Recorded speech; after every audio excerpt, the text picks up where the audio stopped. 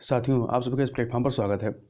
यहाँ पर हम लोग आगामी RO-ARO 2021 जिसकी प्रारंभिक परीक्षा 5 दिसंबर को होनी है, उसी के संदर्भ में यहाँ पर हम लोग कुछ महत्वपूर्ण करंट अफेयर के प्रश्नों को देखेंगे। यहाँ पर कुल 20 प्रश्नों को देखेंगे और ये जो 20 प्रश्न हैं ये राजस्थान PCS की जो परीक्षा 27 अक्टूबर को हुई थी उसमें ये करंट अफेयर पूछे गए हैं। तो ये काफ़ी महत्वपूर्ण करंट अफेयर के प्रश्न हैं, तो इसको एक बार RO एग्जाम के पहले हमें देख लेना जरूरी है, क्योंकि हो सकता है इसमें से एक आध प्रश्न फंस सकते हैं। तो चलिए इन 20 प्रश्नों को जल्दी से देख लेते हैं। तो इसमें पहला है 131 नंबर क्वेश्चन है, भारत मार्च 2021 में भारत ने निम्नलिखित में से किस देश के साथ आपदा प्रबंधन, सहनीयता और समन के क्षेत्र में समझौता ज्ञापन पर हस्ताक्षर किए हैं? तो ये बांग्लादेश के साथ ये समझौता किया गया है। आगे देखते हैं, टोक्यो पैरालंपिक 2020 के समापन समारोह में कौन सा खिलाड़ी भारतीय ध्वजवाहक बना?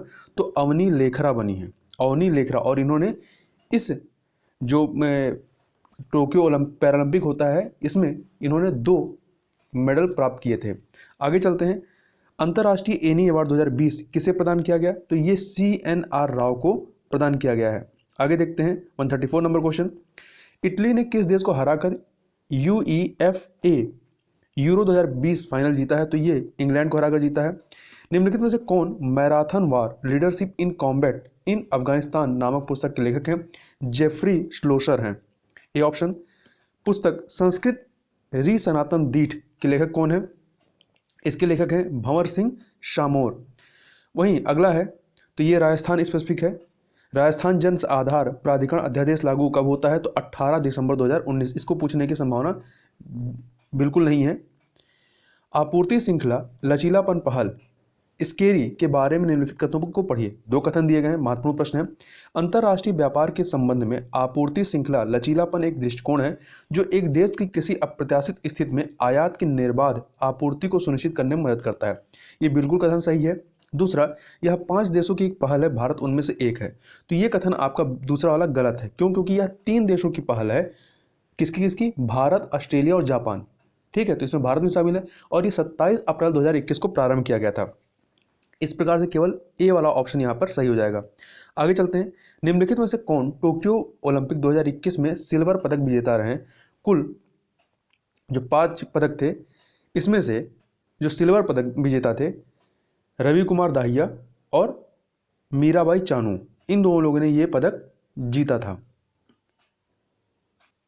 यहाँ पर थोड़ा एक करेक्शन कर लीजिएगा, मैंने 5 पदक बोल दिया, तो कुल 7 पदक जीते थे।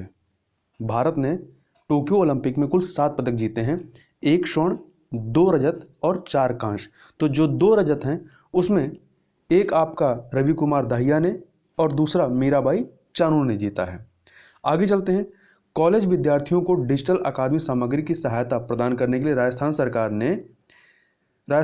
ने एक ऐप को प्रारंभ किया है। इस ऐप का नाम क्या है?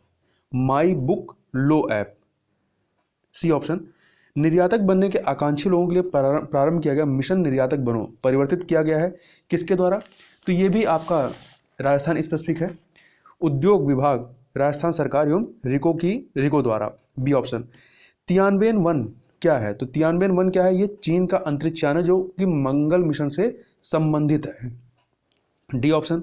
आगे चलते हैं, 2 सूचियां दी गई हैं, इसमें खिलाड़ी और किस खेल से संबंधित इसको सुमेलित करना है। भाविना पटेल जो है टेबल टेनिस से संबंधित है, 3 से मिला दीजिए। निषाद कुमार जो है ऊंची कोस से संबंधित है, 4 से मिला दीजिए। हरविंदर सिंह जो है ये तीरंदाजी संबंधित है, 1 से मिलाइए। देवेंद्र झारिया भाला फेंक 2 से मिला दीजिए। इस प्रकार से 3, 4, 1, 2 ए ऑप्शन सही हो जाएगा। आगे चलते हैं, निम्नलिखित में से किसने time 2021 list of 100 most influential people में स्थान प्राप्त किया? तो नरेंद्र मोदी, ममता बनर्जी, आडार पूनावाला और मंशा भी कुलकर्णी, ये चारों लोग इसमें स्थान प्राप्त किया इन्होंने। तो ए ऑप्शन सही हो जाएगा। आगे देखते हैं, 23 मार्च 2021 को हंगर हॉट स्पॉट रिपोर्ट किसके द्वारा जारी की गई है? तो यह रिपोर्ट जो है FAO अर्थात संयुक्त राष्ट्र खाद्य एवं कृषि संगठन के द्वारा जारी की गई है। आगे चलते हैं, 146 नंबर क्वेश्चन देखते हैं, नजीब मिकाती कौन है? तो ये लेबनान के प्रधानमंत्री हैं। भारत का प्रथम कृषि आधारित कुसुम सौर ऊर्जा संयंत्र परियोजना को राजस्थान के किस गांव में प्रारंभ किया गया है? तो भालोची गांव से। नावी MG क्या है? तो यह क्या है? गेहूं की एक किस्म है।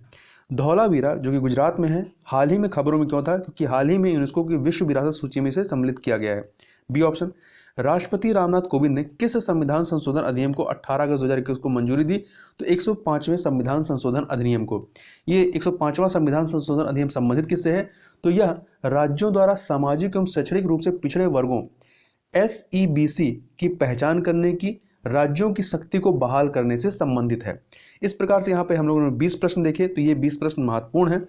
तो इस वीडियो में बस इतना ही, मिलते हैं नेक्स्ट वीडियो में, तब तक के लिए बहुत बहुत धन्यवाद।